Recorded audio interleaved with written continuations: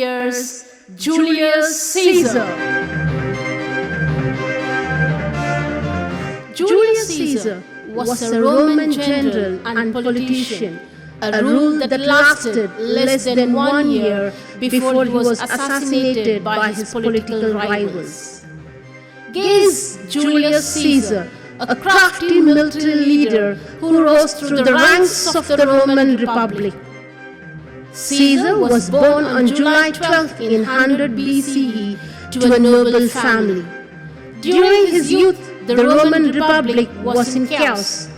Seizing the opportunity, Caesar advanced in the political system and briefly became governor of Spain, a Roman province. Returning to Rome, he formed political alliances that helped him become governor of Gaul, what is now called as France and Belgium. His Roman troops conquered Gallic tribes by exploiting tribal rivalries. Throughout his 8-year governorship, he increased his military power and, more importantly, acquired plunder from Gaul. When his rivals in Rome demanded he return as a private citizen, he used these riches to support his army and marched them across the Rubicon River, crossing from Gaul into Italy. This sparked a civil war between Caesar's forces and forces of his chief rival for power, Pompey, from which Caesar emerged victorious. Returning to Italy, Caesar consolidated his power. He wielded his power to enlarge the Senate. He created needed government reform and decreased Rome's debt. At the same time, he sponsored the building of the Forum Lilium and rebuilt 2 city-states, Carthage and Corinth. He also granted citizenship to foreigners living within the Roman Republic. His increasing power and great ambition took an ugly face which stood against himself.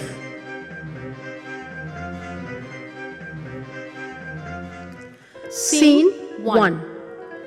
The 2 tribunes, maulers and flayers, discovering the commoners of Rome celebrating Julius Caesar's triumphant return from defeating the sons of his military rival Pompey, they come to insult the crowd for their change in loyalty from Pompey to Caesar. They attempt to end the festivities and break up the commoners. Caesar! Caesar! Caesar! Victory! Victory! Victory! You idle creatures, get you home. Is this a holiday? You ought not walk upon a laboring day without the sign of your professions. Why dost thou lead these men about the streets? But indeed, sir, we make holiday to see Caesar and to rejoice in his triumph. Wherefore rejoice, what conquest bring he home, what tributaries follow him to Rome, to grace in captive bonds his chariot wheels. You blocks, you stones, you worse than senseless things, you hard hearts, you cruel men of Rome, knew you not Pompey? Have you climbed up to walls and battlements, to towers and windows or chimney tops? Have you not waited livelong days with your infants in your arms to see great Pompey passes the streets of Rome? Have you not made a universal shout, and now you put your best attire and call out a holiday? Strew flowers on the way of Caesar that comes in triumph over Pompey's blood. Be gone! Go, you countrymen, for this fault. Run to your houses, fall upon your knees, pray to gods to intermit the plague that need must light on this ingratitude. Let no images be hung with Caesar's trophies. These growing feathers, plucked from Caesar's wings, will make him fly an ordinary pitch. Assemble all the poor men of your short. Draw them to river banks and weep your tears into the channel till the lowest stream. Duke is the most exalted shore of all. Scene 2. Cassius' jealousy drives him to cause a great tragedy of all the conspirators. Brutus is the only conspirator who does not, out of jealousy and envy, hatch the plot. He is Caesar's friend. Cassius attempts to convince Brutus to join this conspiracy to kill Caesar has become a successful one. Although Brutus, friendly towards Caesar, is hesitant to kill him, but he agrees that Caesar may be abusing his power. Brutus reads the letters and after much moral debate decides to join the conspiracy, thinking that Caesar would be killed to prevent him from doing anything against the people of Rome if he were ever to be crowned. Brutus, unable to sleep, walks through his orchid awaiting morning.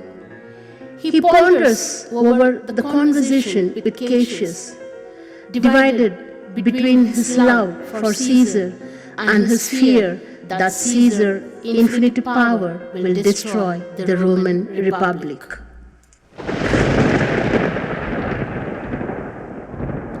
Omens have witnessed every stormy night, including wild beasts, roaming the capital and men on fire. Brutus, thou sleepest, awake, and see thyself. Shall Rome speak, strike, redress? Brutus, thou slepst, awake. Such instigations have been often dropped, where I have took them up. Shall Rome? Thus must I piece it out. Shall Rome stand under one man's awe? What Rome? My ancestors did from the straits of the Rome, the Taguine drive, when he was called a king. Speak, strike, redress. Am I entreated to speak and strike? O Rome, I make the promise, if the redress will follow, thou receives thy full petition at the hand of Brutus. Go to the gate, somebody knocks. Cassius at the door, who doth desire to see you. Is he alone? No, sir, there are more with him. Let them enter.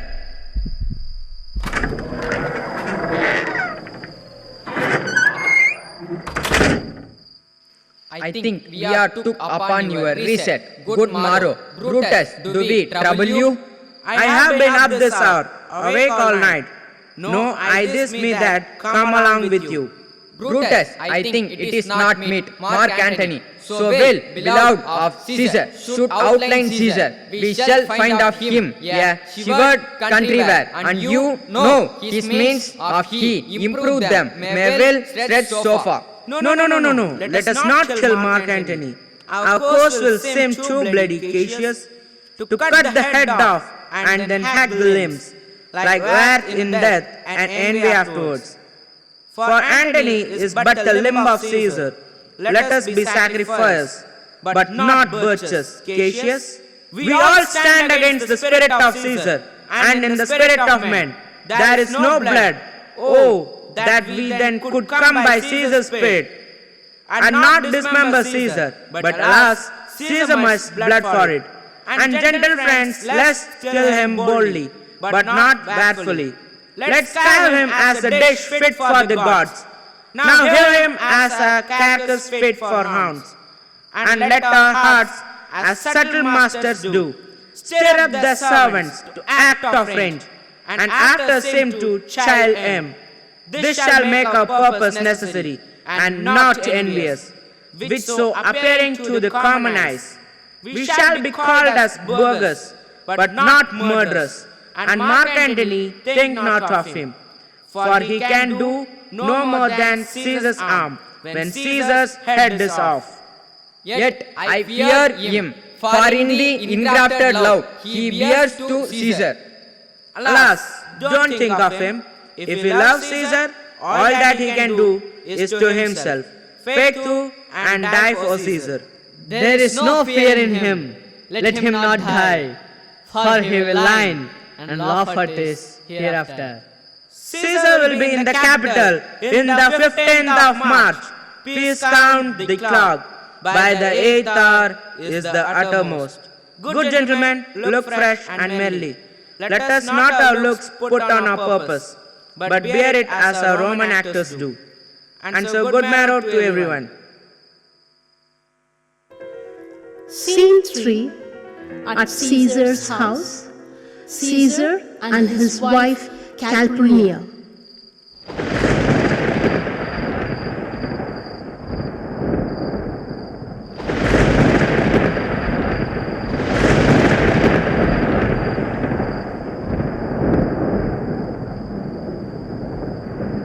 Nor heaven, nor earth have been at peace tonight. Thrice had Calpurnia in her sleep cried out, Help! Ho! They murdered Caesar! Who's within? What mean you, Caesar? Think you to hope forth? You shall not stir out of your house today. Caesar shall forth the things that touch on me. Never look but on my back. When they shall see the face of Caesar, they are vanished. Caesar, I never stood on ceremonies, yet now they fright me. There is one within, beside the things that we have heard and seen. Recounts most horrid sight seen by the water. A lion is had in the street, and graves have yawned and healed up their dead. Fierce, fiery warriors fought upon the clouds, in rank and squadron and right form of war, which result blood upon the capital. The noise of battle hurtle in the air. Horses deny, and dying men should groan, and ghosts did shake and squeal about the street. Oh Caesar, these things are beyond all use, and I do fear them.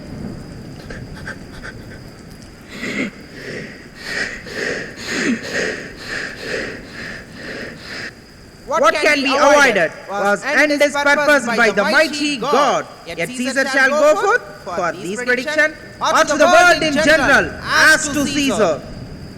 When beggars die, there are no comets seen. The heaven themselves blast forth the death of princes.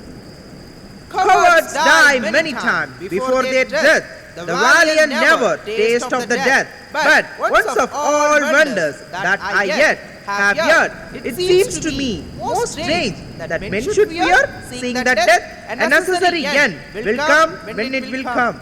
If ye should stay at home today for fear, no, Caesar shall not. Danger knows full well that Caesar is more dangerous than he. We are two lions littered in one day, and I the elder and more terrible, and Caesar shall go forth.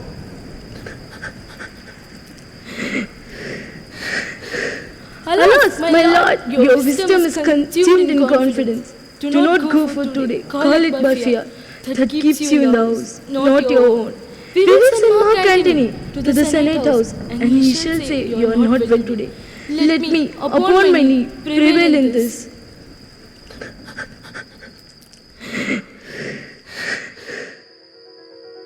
Caesar, all hail, good marrow. Worthy Caesar, I came to fetch you to the Senate house. Oh, Brutus, and you are come in a very happy time to bear my greeting to the senators and tell them that I will not come today. Cannot this fall, and that I dare not, falsers. I will not come today, tell them so. Most mighty Caesar, let me know some case, least I will laugh when I tell them so. The Caesar is in my will, I will not come. That is enough to satisfy the Senate. But for your private satisfaction, because I love you, I will let you know, Calpurnia, here, my wife, stays me at home. She dreamt tonight, she saw my statue, which like a fountain, with 100 spouts, did run a pure blood. And many lusty Romans came smiling, and did bathe their hand in it. And their dust she applied for warning and portent. And evil eminent, and on her knee, had begged that I will stay at home today. This dream him his all aims interrupted. It was a vision fair and fortunate. Your statue sprouting blood in many pipes, in which so many smiling Romans bathe, signifies us that from you great Rome shall suck reviving blood, and the great men shall press for tincture, stains, relics, and cognize. This by Calpurnia's dream is signified. Oh, and this way have you well expounded it. I have, when you have heard what I can see. I know it now. The Senate has concluded to give this day a crown to mighty Caesar. If you shall send them word, you will not come. The minds may change. Besides, it were a mock, apt to be rendered, for someone to say, break up the Senate till another time, when Caesar's wife shall meet with better dreams. If Caesar hide himself, shall they not whisper, Caesar is afraid? Pardon me, Caesar, for my dear, dear love. To your proceedings bids me tell you this, and reason to my love is liable. How foolish your fear seems now, Calpurnia. I am ashamed. I did ill to them. Give me my rope, for I will go. Brutus, I thank you for your pains and courtesy. Scene 4. People celebrate the victory, the Caesar's victory.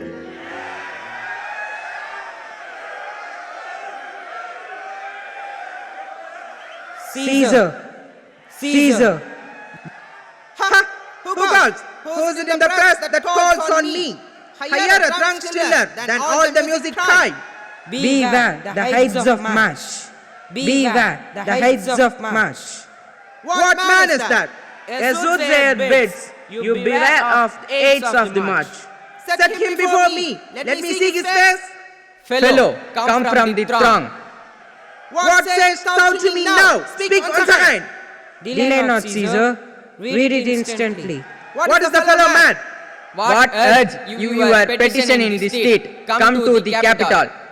What did he say? He wished today our enterprise might thrive. I fear our purpose is discovered.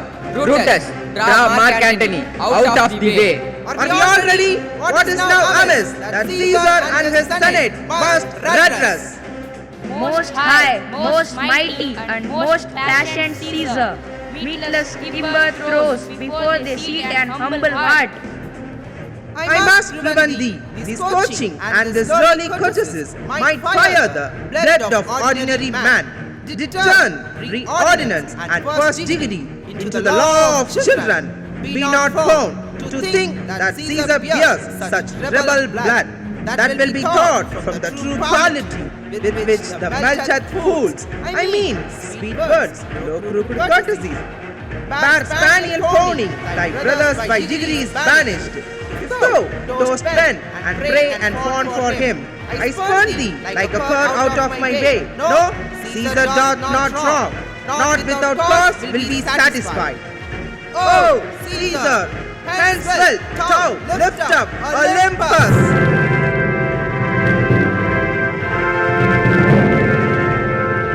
Great Caesar! Doth not Brutus, Brutus kneel. Speak hands for me.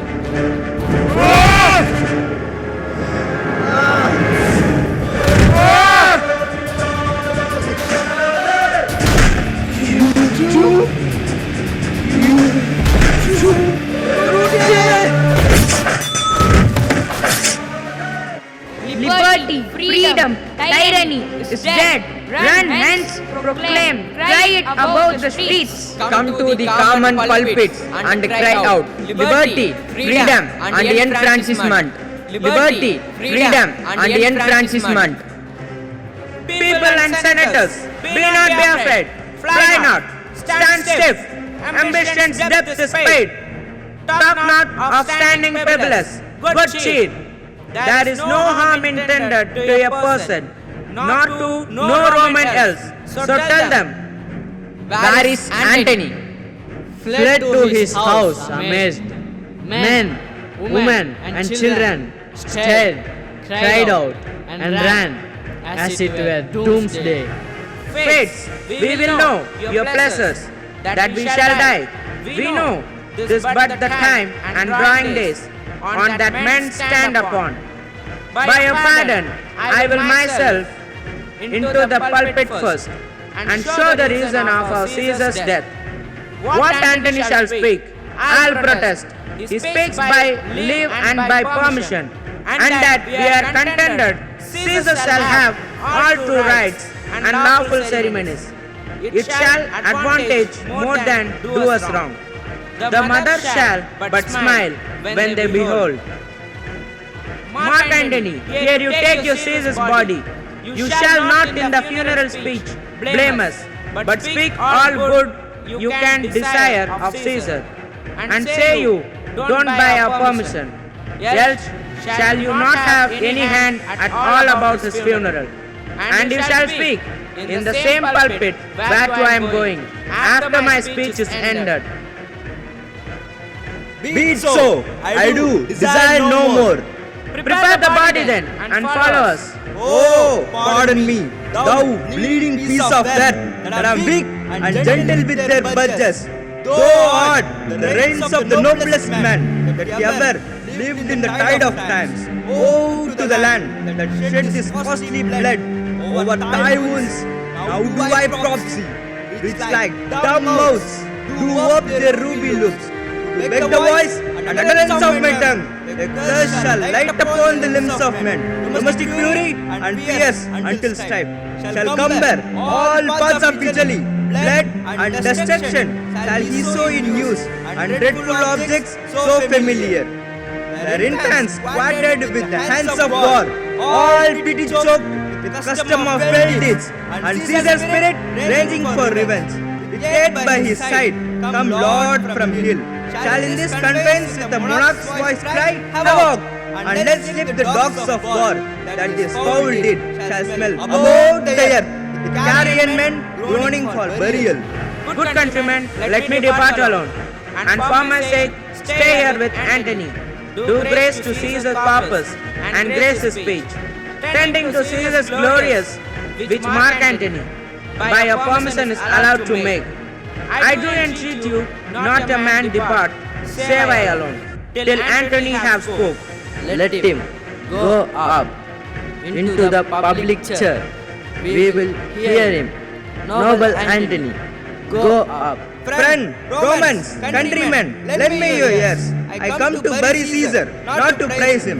The evil that men do lives after them. The good is often interred with their bones. So let it be with Caesar. The noble Brutus hath told you, Caesar was ambitious. If it were so, it was a grievous fault, and grievously hath Caesar answered it. Here under leave of Brutus, and the rest, for Brutus is an honorable man. So are they all honorable men. Come I too speak in Caesar's funeral. He was my friend, faithful and just to me, and Brutus is an honorable man. But Brutus says he was ambitious.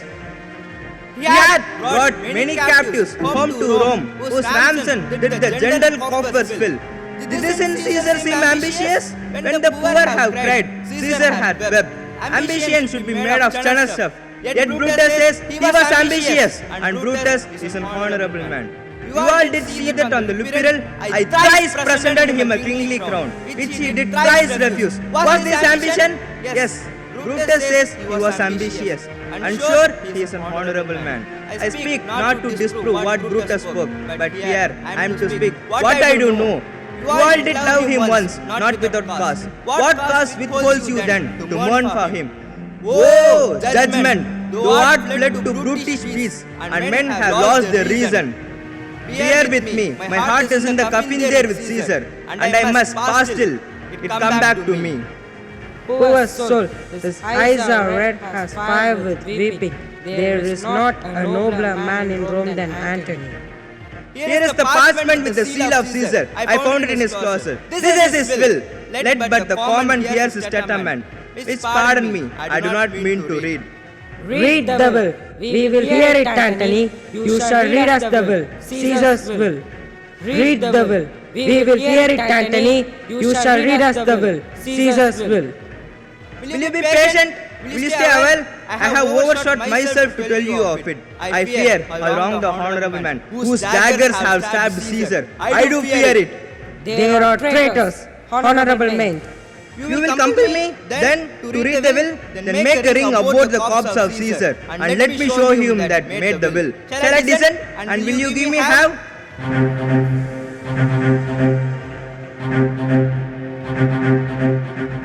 Come down, descend. You shall have, leave a ring, stand around, give room for Antony, most noble Antony. If you have fears, prepare to shed them now. You all do know this mantle. I remember the first time ever Caesar put it on. It was a summer's evening in his tent. That day he overcome the Nervi. Look in the place ran Cassius dagger through. See what a rent the envious Casca made to this well-beloved Brutus stabbed. And as he plucked his cursed seal away, mark how the blood of Caesar followed it. For Brutus, as you know, was Caesar's judge. Oh, you gods, how clearly Caesar, this was the most untendest cut of all, loved him. For when the noble Caesar saw him stab, in gratitude, more strong than traitor's arm. Oh, now you weep, and I perceive you feel the dint of piety. These are gracious drops. Here himself, married, as you see, with traitors. Oh, noble Caesar. Oh, awful day. Oh, traitors, villains. Oh, most bloody sight. We will revenge.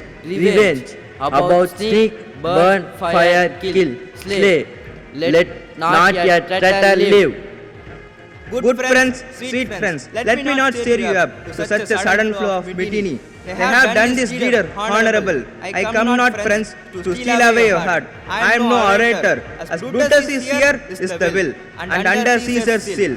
For every Roman citizen he gives, to every several man, 75 drachmas. Moreover, he hath left you all his walks, his private arbors and new planted orchards, on his side Tiber. He hath left them to you, and to a heirs forever, common pleasures, to walk abroad and recreate yourselves. Here was a Caesar, when comes such another.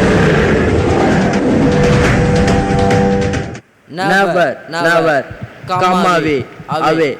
We will burn his body in the holy place, and with the branch fire the traitor house. Take up the body, go fetch fire, most noble Caesar. We will revenge his death. Oh, royal Caesar! Oh, royal Caesar!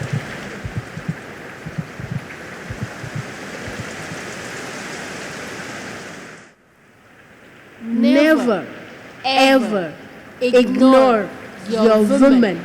If at all, you will be literally killed.